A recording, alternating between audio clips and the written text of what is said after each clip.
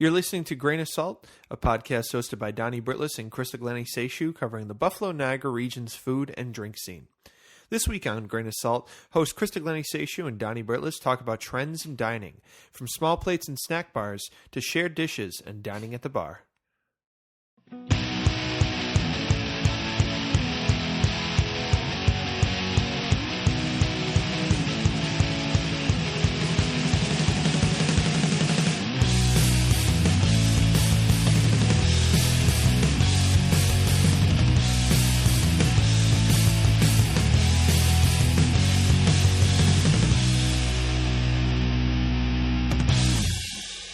The last 4 months feel like they went by in 3 minutes. Yeah.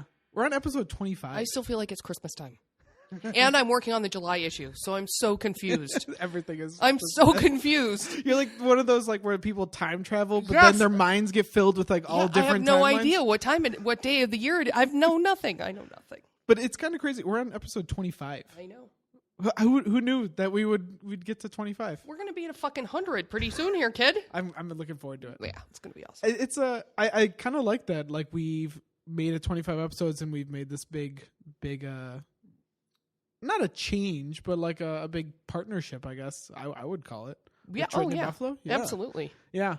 So if anyone's listening to this who maybe hasn't listened to the previous 23 episodes because they just found out about Grain of Salt through Trending Buffalo, welcome. Yeah, for sure. You're stuck with us now. Yeah. And for anyone who maybe hadn't heard the news, Chris and I have the privilege of working with the talented guys at Trending Buffalo. And we're still going to be doing our independent thing. If you're subscribed on iTunes, Stitcher, SoundCloud, all of the various places where you find us, we're still there. But we're also going to be on trendingbuffalo.com. And they have a really impressive and large subscriber base and a listenership. And they wanted us. Yeah. And they said very nice things about our podcast, which we enjoyed. And so we're just trying to broaden our audience and spread the gospel of Buffalo food. We need to convert more people to understanding the gloriousness that is happening in our food and drink scene here. We talk to the same people all the really time. Do. But when you talk to somebody who has no idea about something, does it still startle you? Or yes. Like if you bring up I had a great cocktail at Ballyhoo, and Right. they're like, what is Ballyhoo? And, Yes. and then I'm just like, my mind explodes. Right. Because we surround ourselves with people who know things like the minute they're happening, and everyone's like, I can't wait till this opens, and we're all talking about it Right, all but the we time. have to remember that is probably 4% of the entire Western New York population. And the rest of the Western New York population, it sometimes takes a year or two for news of a new restaurant to happen with enough frequency that a large number of people know that it exists. Exactly. At work, I was explaining what hydraulic hearth was to people.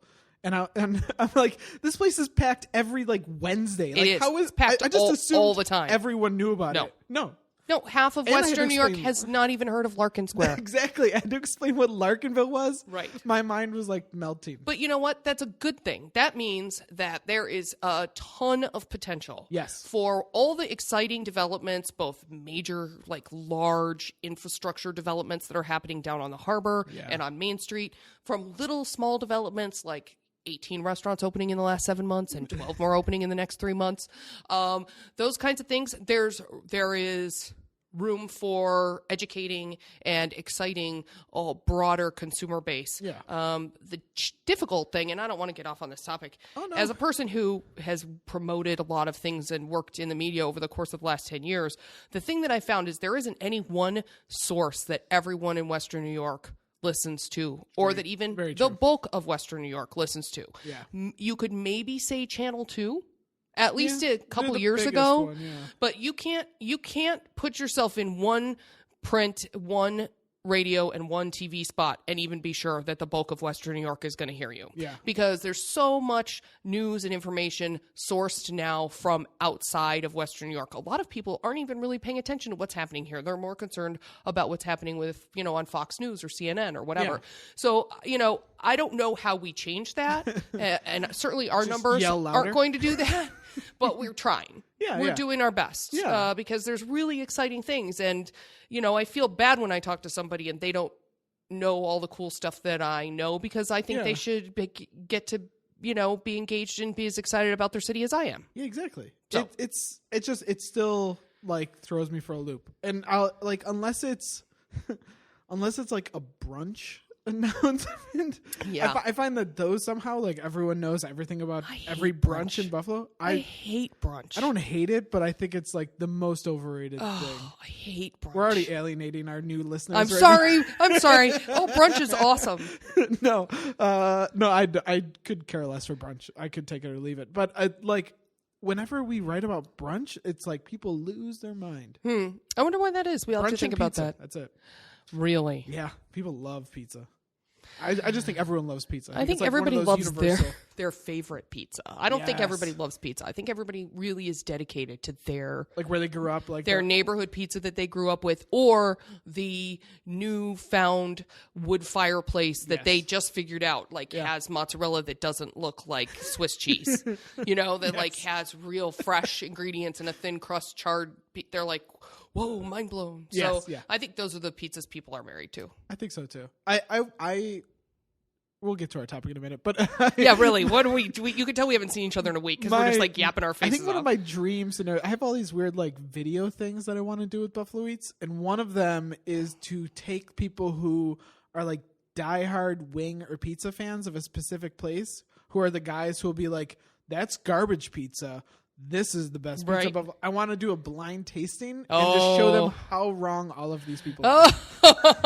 That could be fun. I don't think you'd have any problem finding people to sign up for that. Yeah, free pizza and wings. Yeah, that could be kind of cool. Yeah. Actually, we should think about that. Yeah, but anyway. Yeah, so kind of tying to getting people excited and interested in the new things going on, we kind of wanted to sit down and talk about just the new trends in eating that's going on in Buffalo, because I think me and you travel a lot to eat. Yeah. Which is a really big thing. And I think for us. Yeah.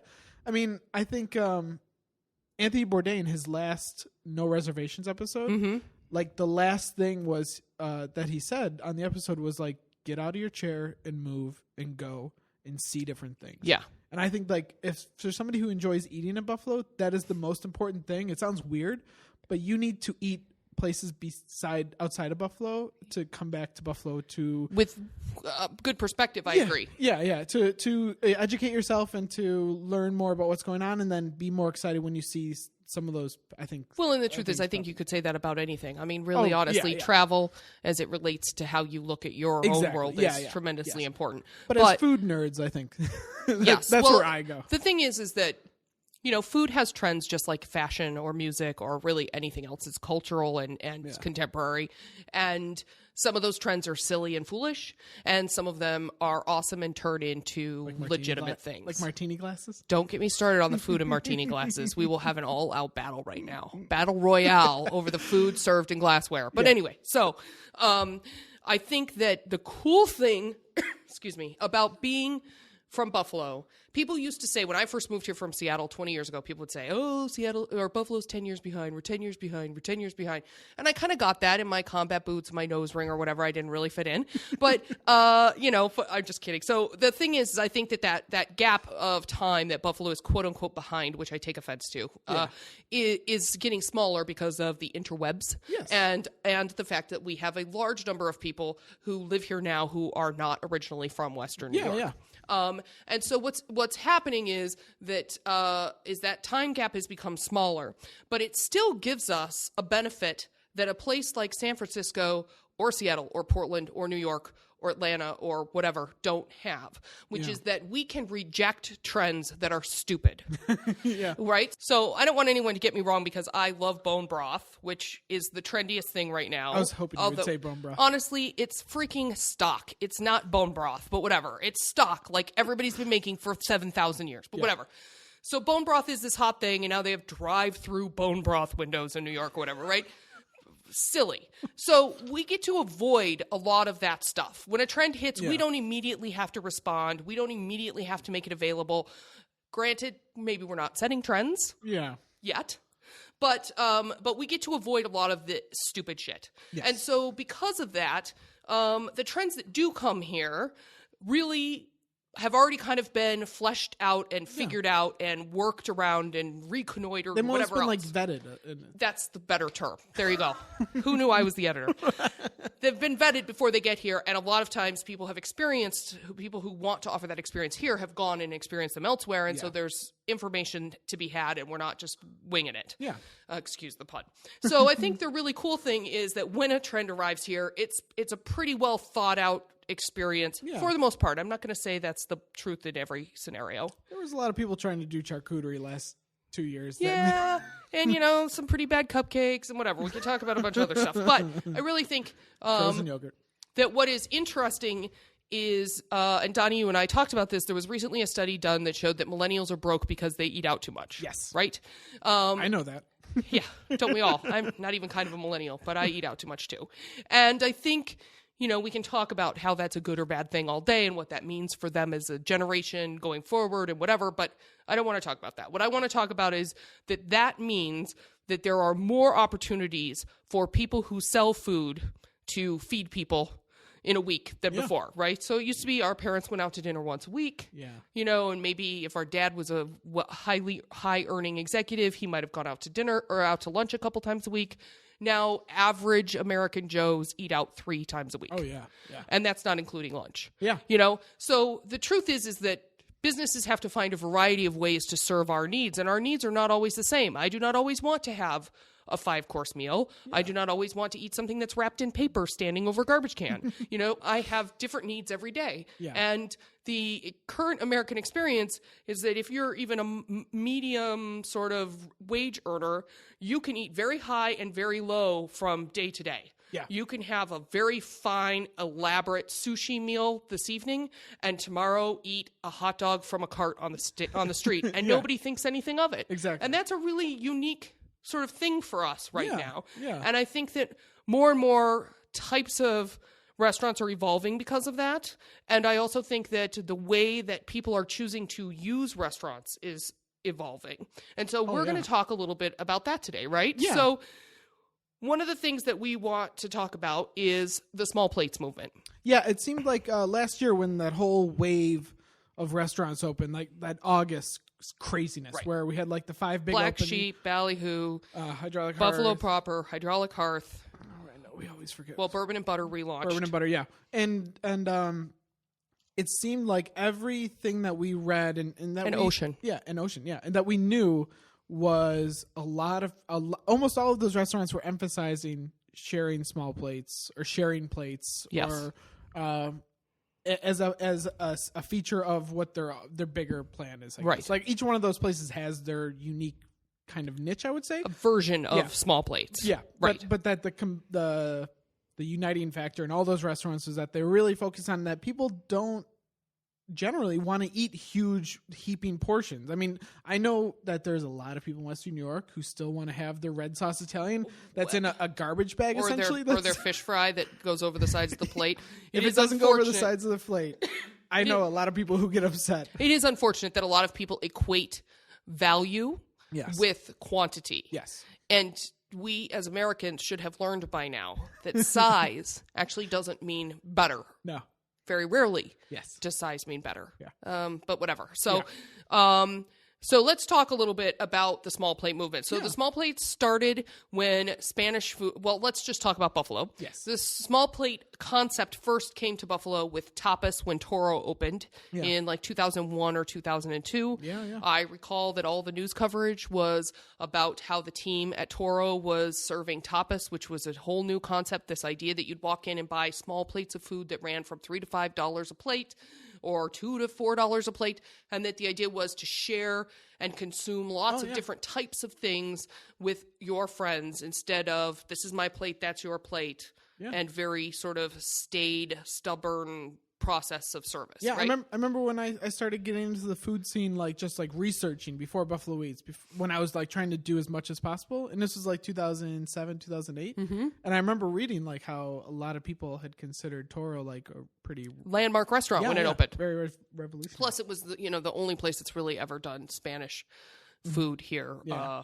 Certainly It did not do real Spanish food for very long, and well, Yeah, whatever. by the time I got there, it was not as Spanish as it maybe once was. That's so sad. But anyway, so that was when it was first introduced to Western New York. And we've seen increasingly this idea of appetizers being billed as small plates. For example, Bacchus for years now has had their menu split down the middle into small plates and large plates.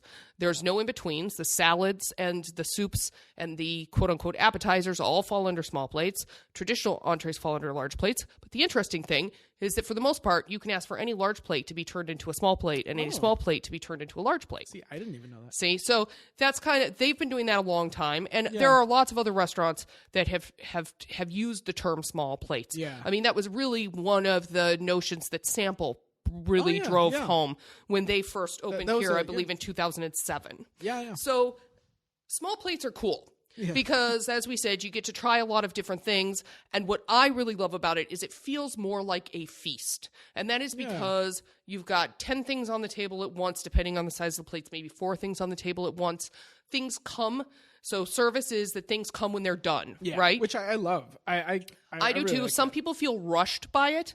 Yeah. I'm always trying to prioritize so that I can eat the hot things before the cold things because I hate food that's gotten cold. Yeah. So that does sometimes is challenging to deal with, but so food comes as it's ready from the kitchen, so it's not sitting in a window. Yeah. It's as it's done, and the food arrives, and you're sharing, and the food becomes a communal experience, and that's where it feels like a feast to me because you're talking about the food. You're discussing how you're going to split it up. You're sharing with each other. You're going, oh my gosh, this is so good. Oh, did you get some of that? Yeah. And a lot of these plates have a variety of flavors on them, as simple as they are. So you're not just getting a baked potato, right? You're having lentil panisse with, this like chamomile creme fraiche and pickled cauliflower. So that's a $7 small plate at Buffalo proper, and you get like 10 panisse or something with it. And they're delicious. Panisse are like little fried baked lentil cakes. Yeah. They're delicious. At a very first glance, they almost look like a French toast stick. Kind of thing. I guess you and I are so not the same person. I have no reference in my life that says French toast stick. That was my first thought, but they're not, and they're very delicious. But I totally agree. I think the best part of the small plates experience, I think food now is a thing that people can geek out at when they're with friends, like that, like they can communicate with their friends or share pictures and be like, we just went to this restaurant, look at this plate we had. I think that's become a very popular thing with almost all groups of friends. Yes. Before, maybe it was a very niche, like kind younger, of nerd. Younger. Yeah, and especially younger groups of friends. But I'm finding that people in their 50s and 60s are actually really enjoying this too. My in-laws send me photos of food that they're eating, I could not be more proud. And my mom's totally digging it. We went and did chef's, what do they call it, dealer's choice or whatever at Buffalo proper, where it's like $45 a head, and the chef just sends stuff to the table. Yeah. And my mom went bananas. She felt like she was in heaven. She's like, you just keep bringing all these wonderful things. I'm like, yeah, that's how it works, Ma. It's a dead-on impersonation of your mother. No, it's really not fair at all. But as a kid growing up, I was like super into like punk rock and music that a lot of people weren't listening to. And I remember when somebody would buy a CD and we'd all sit around and listen to a new album. Yeah. And it was all of us geeking out about this new thing that we were sharing together. And I see a really strong parallel with friends geeking out over new food that they've never tried. Or new beer. Yeah. Or new whatever. Yeah. A new whiskey or whatever. Some food or drink. It's true. That and it's just awesome to see. Because I think for a while I wasn't on this team, but I love dining now with groups of friends. Yeah. Before I was because it's a nightmare. You got to split the check, and one person always wants you to pay for all their booze, even though you didn't drink anything. And one person orders the $95 steak, and you had a salad. Yes, yeah. And then you always end up paying more than everybody else. And 3 people brought cash, and 2 people have cards, and nobody remembered there was going to be a 15% gratuity because you had a party of 8 or more. Do you want me to keep going? This is why eating out with friends can be a challenge. Yes. But I think technology has helped a lot of those issues. And just split the fucking bill evenly. And if you don't drink anything, don't go. Yeah. But I totally think that the best dining experiences we've had this year have been with groups of friends. I agree. And it's so fun to watch everyone geek out, everyone order a whole bunch of things. People are like, what is that? Like, what did you get? And like, just there's a communication instead of everyone sitting on their phone and just staring at their Facebook feed. Well, which is something we're losing in our world. And the thing that's exciting is that because of all the changes that are happening in dining, and because people are eating out more often than they ever did before, that having really neat food experiences isn't reserved for people who can afford food that's been flown in from Europe and very fine wait staff and whatever else. Fantastic food experiences are available kind of everywhere. I mean, on Hurdle, we could talk about like 3 immigrant-owned places, or the West Side Bazaar. Like, there's awesome food experiences to be had, and when you can share them with one or more other people, it's just all the better. Yes. And we've kind of gotten away from communal experiences in our society. Not many of us go to church anymore. Very few of us are firmly affiliated with a political party that we would go spend time with. Yeah. None of us are really members of Elks clubs and lodges and all that stuff. I mean, we've really definitely a different era. We've really gotten away from places where people used to have social communal experiences, and I think as a society we're kind of hungry for them. Yes. Pardon the pun again. And food and drink and sharing those experiences and sharing things via even photo on social media has become our new communal experience, and I think we should.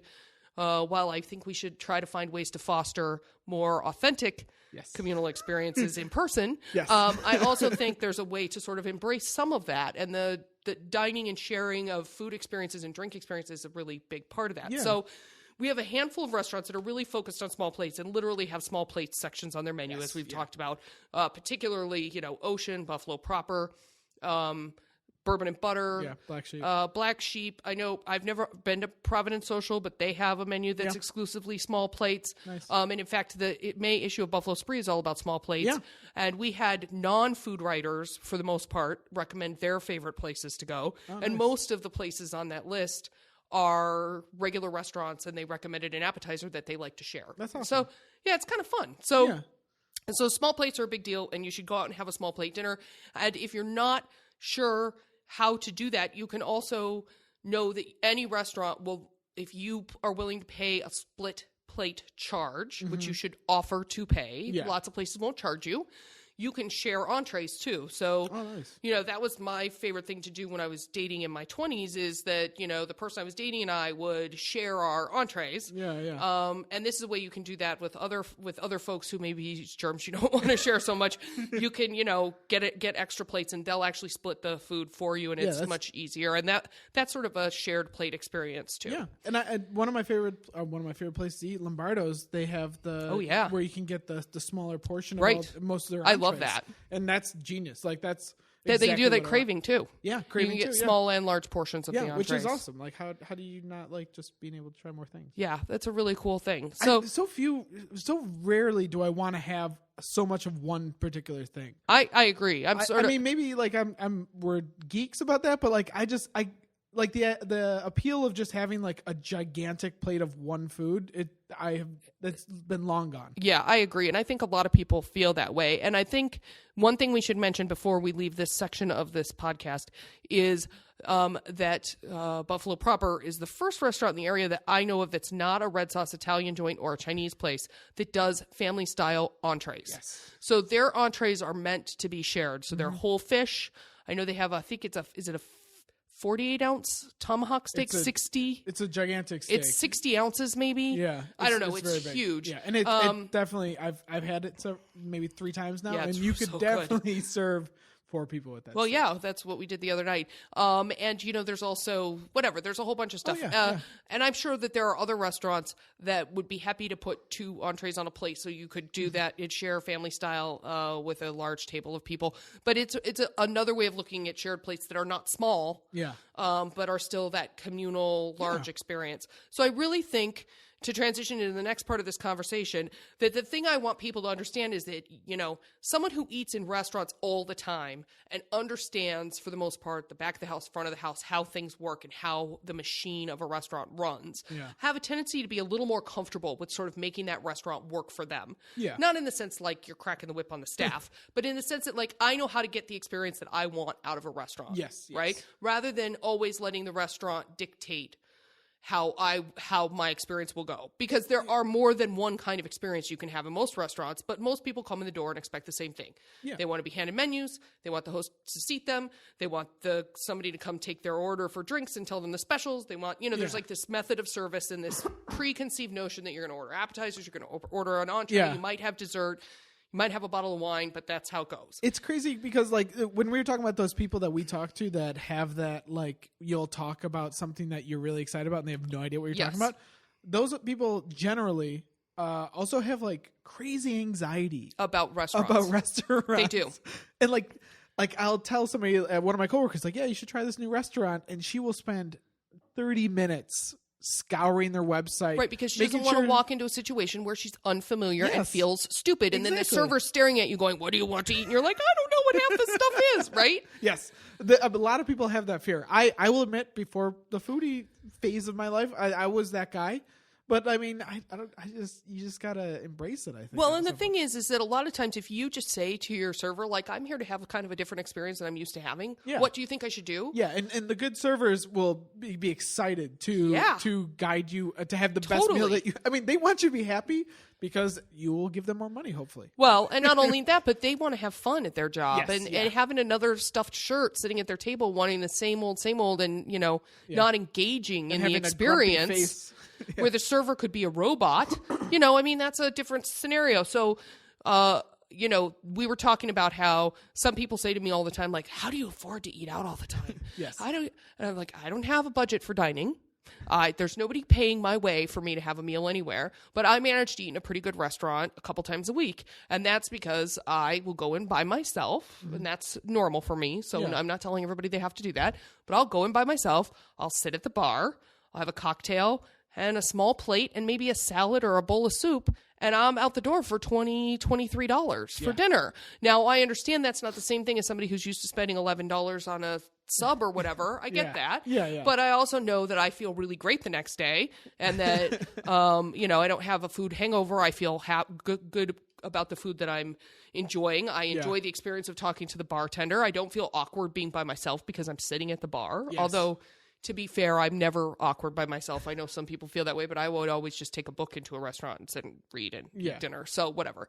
But I think, you need to look at this fine dining restaurant as like a great place for great food, not a great place to go when you have your anniversary. Yes. Right? Yes. So like I will, any day of the week, happily sit at Bourbon and Butter, have a Tony Riles cocktail, or a glass of wine, or a Sophie beer, and order the Korean barbecue pork steam buns. Pork ones, yes. Awesome. Yeah, or the pate. Or the pate with the charcuterie plate. Ooh. Or whatever. Like, $22. I just had the most awesome meal. I had a great conversation. I was in a beautiful place. They don't give a crap if I have a baseball cap and a pair of jeans on, as long as I'm nice and I pay my bill and I'm a polite customer. They don't care. Yes. So why would I not do that? Why would I instead go to Jim's Steakout and eat something that's going to make me feel like garbage the next day?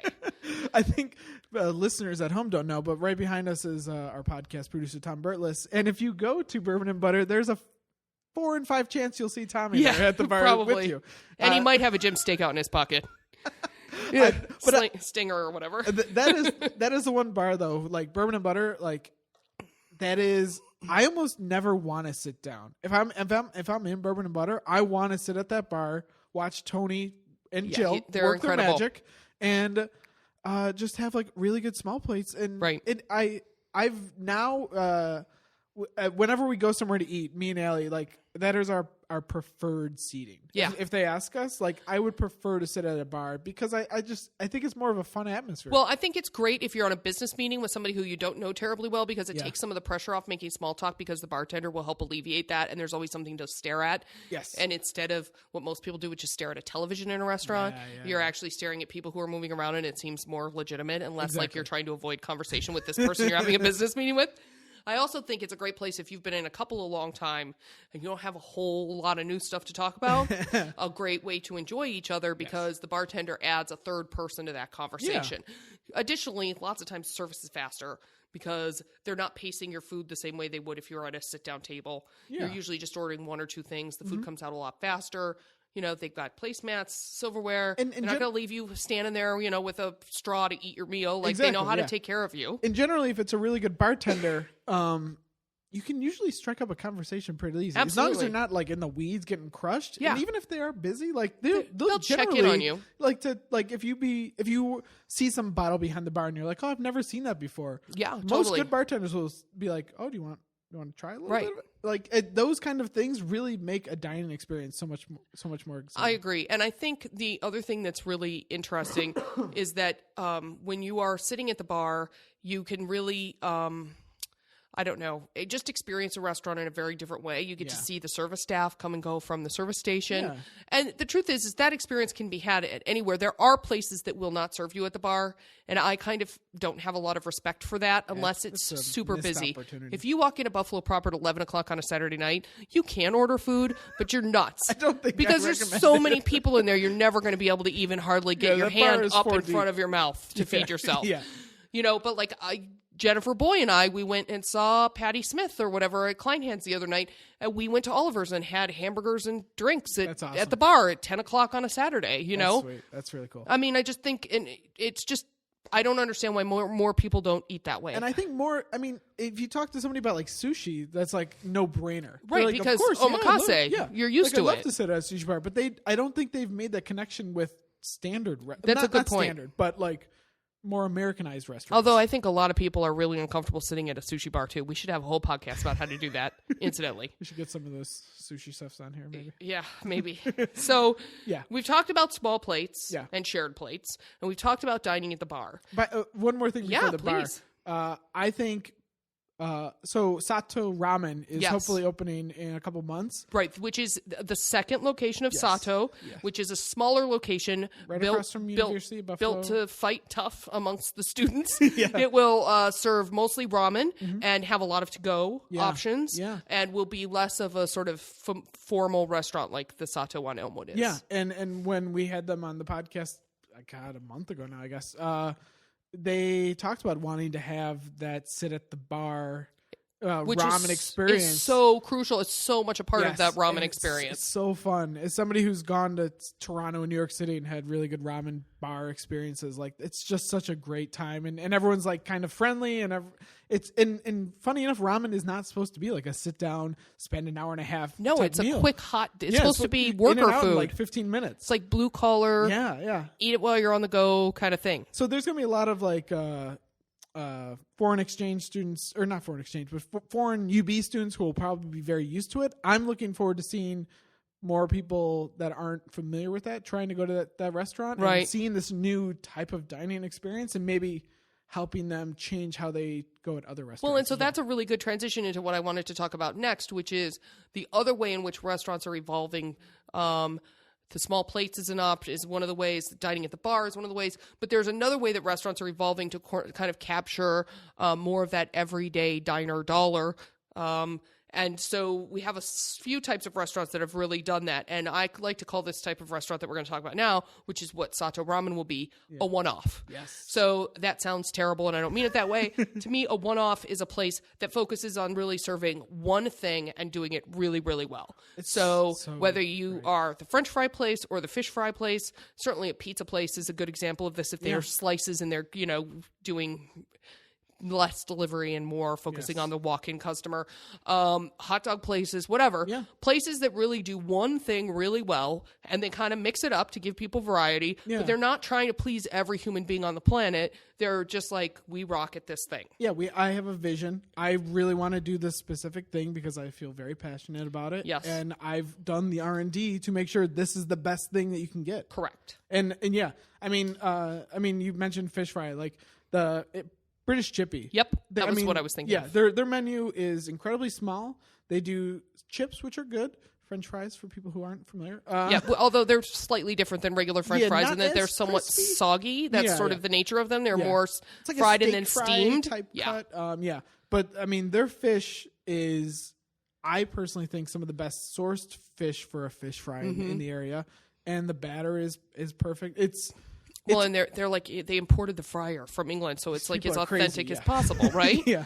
They're making mashed curry gravy or curry sauce and it's just a fantastic. But literally, that's all they do, and they're getting these like blue collar workers from South Buffalo Yeah. in like lines to have these like authentic English fish and chips, and because they do this one thing so well. And I mean, it's really what Paula's Donuts does. Yes. It's really what, I mean, Public Espresso is doing for the Yes, most part. yes. I mean, do one thing and do it awesome. And while that isn't the business plan we want for everybody, Yeah.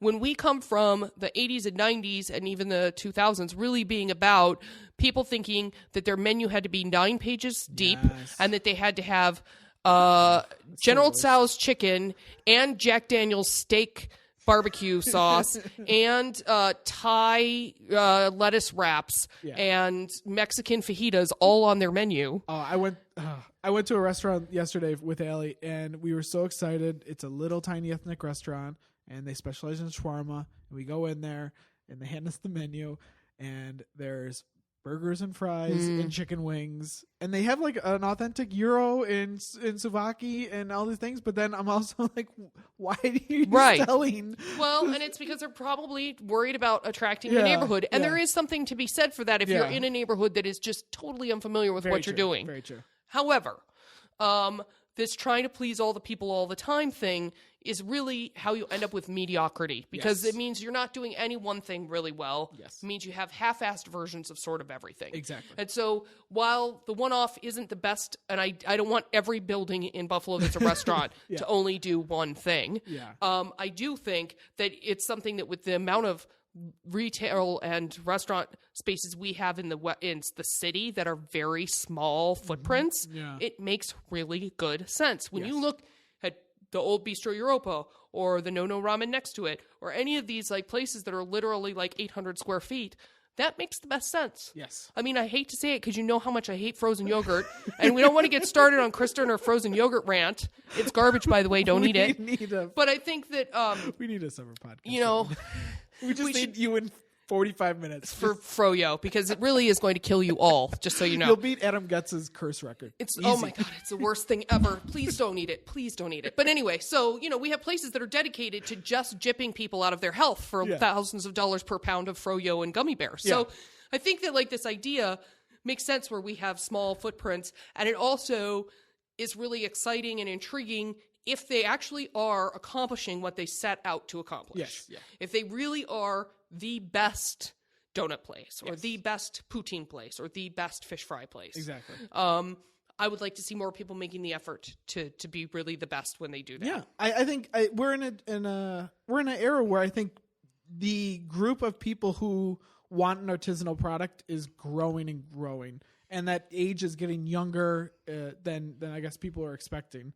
I mean, I talked to a chef who was talking about how he's excited that all these kids are coming in wanting to order the weird stuff on his menu, but that it's also a catch-22 because maybe those aren't the large margin items on the menu. Sure, they're spending small money because they're buying pig's ears. Yes, yeah. Right. So it's an interesting kind of catch-22 where you're starting to see these artisanal wants, but maybe I think maybe the pricing has to also kind of be figured out or sorted out. But I mean, just the enthusiasm alone gets me excited that people want these better specific products. Well, and if I can pontificate for a minute, I think that part of the reason why that's happened, and I wrote about this in an article a couple months ago in Buffalo Spree, is that in 2008 when the economy fell apart, all of us who had grown up sort of thinking of life as full of luxuries, that every achievement comes with some sort of reward. And for 20 years, the belief that, you know,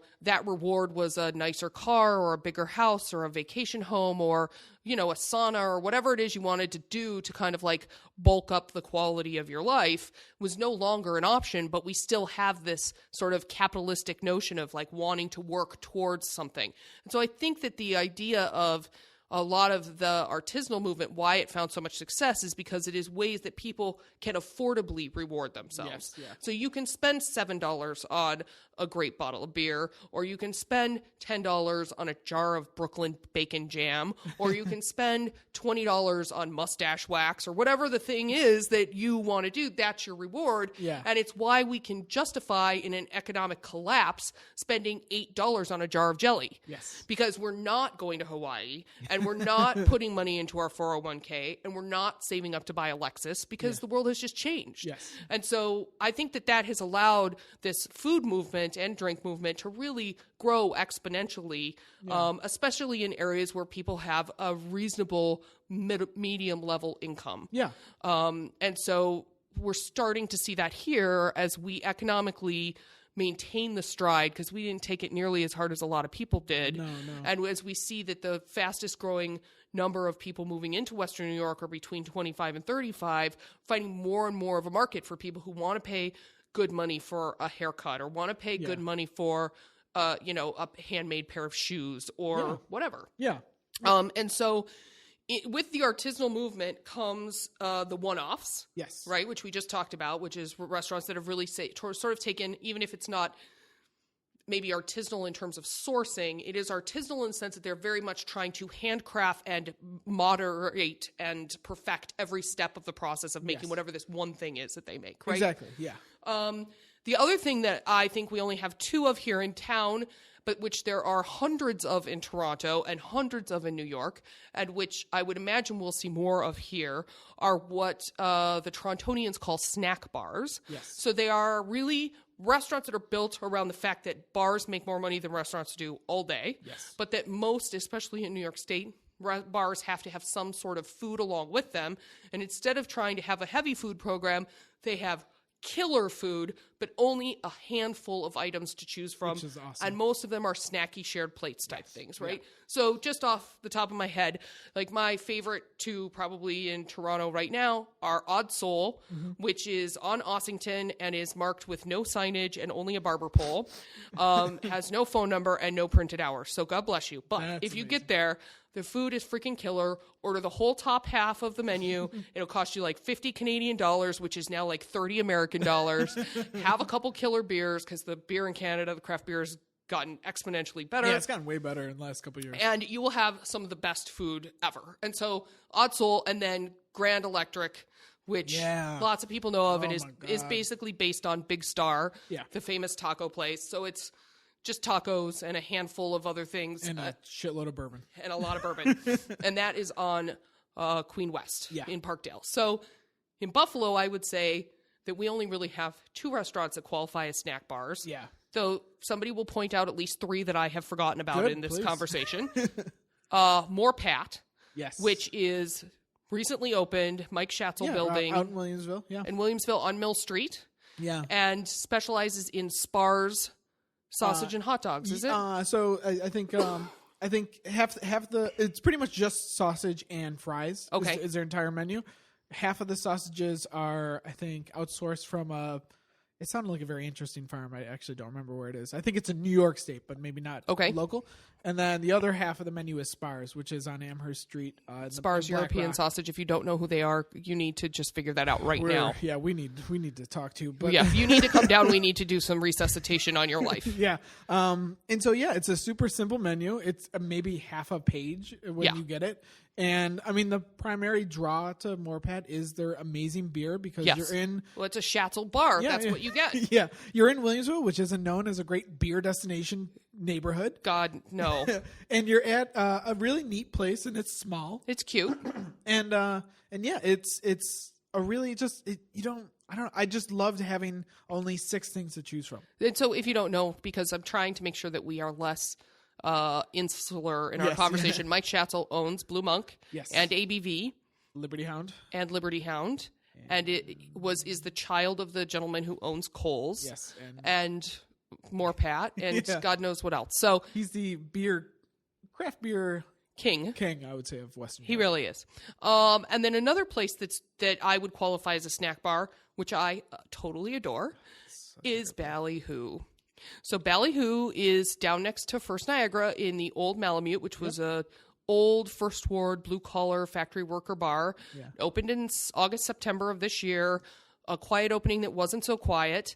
And the Tim Stevens, who is a repat, which means that he moved away and came back, and a former podcast guest, came to Buffalo and is serving great craft cocktails and a really killer beer menu. The man's got some serious beer hookups. He's got 10 taps or 12 maybe, and he's just like, he's not wasting one of those taps on anything. I mean, he's got great stuff. Yeah. So, and then he also has $3, $4 cans of beer for the neighborhood. He's done what we were talking about before, which is not alienating the people who live in his neighborhood. And the food menu is all made in-house from scratch. Yeah. And it is house-made sausage with cool toppings, and like chips with some Old Bay, I think. On it. And there's like a pickle, and they've got chili and maybe some soups. Maybe soup is just good. Yeah.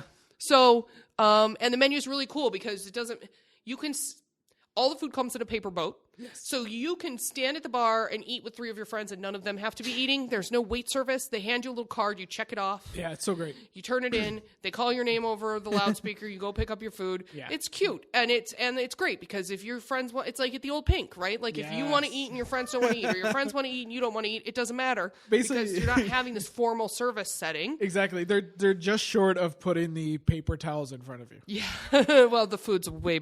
I mean, the food at Ballyhoo is yes, it deserves way more than a paper better. towel. Yes. And I would say that the kimchi dog is the top runner. That is what I get every time. Although I've heard tales of some sort of dog with the chili on it that is supposed to be awesome. Tim told me this. Yeah. So maybe that's what you want to try. Yeah, but if you wink and nod to your wait or your bartender, they might like let you in on this like secret dog in and out style like menu they have. Yeah. So those are 2 Buffalo snack bars, and I would imagine again with the small footprint and the requirement to have food in your bar that we will maybe see more bars take this approach. I would love it. Rather than the full restaurant that's trying to exist in the same space as a bar, which is really challenging in a small footprint place. Yes. Like Vera, like no matter how much you love the drinks, no matter how much you love the food, there's a certain time of night where if you're sitting at a table, you feel overwhelmed by the amount of people that are standing and drinking within 5 feet of you or 4 feet of you. Yeah. And so I think that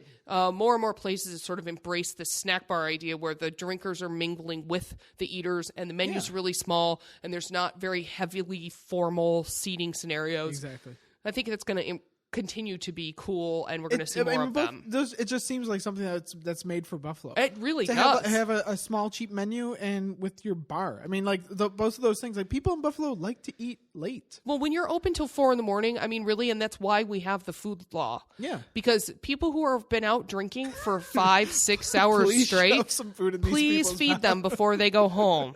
And we've seen what happens when you have to wait in line at the Jim's Steakout on the corner of Allen and Elmwood, and you've got some shit-faced, drunk white girl who is never going to get up to order in time before she totally loses it, right?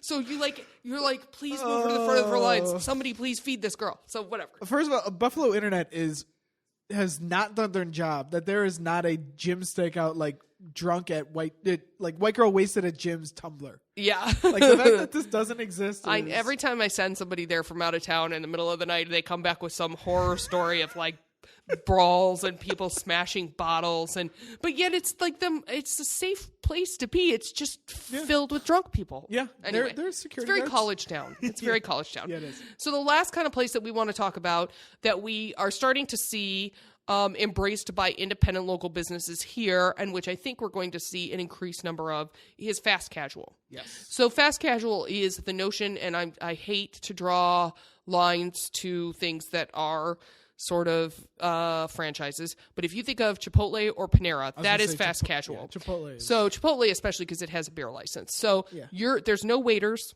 You're standing in line. You're ordering your food. They're making your food. Yeah. They are either handing it to you or calling your name, and you're coming up to get it. So it's fast and casual in the sense that you're not. The service is sped up by this process, and you're not having to spend as much money because you're not tipping out a waiter or a waitress or whatever. But the quality of food is better than what you would think of as fast food. And in the case of Chipotle, they also have a liquor license. Yeah. And so I think that we saw when the pizza place that opened in the former Sample location.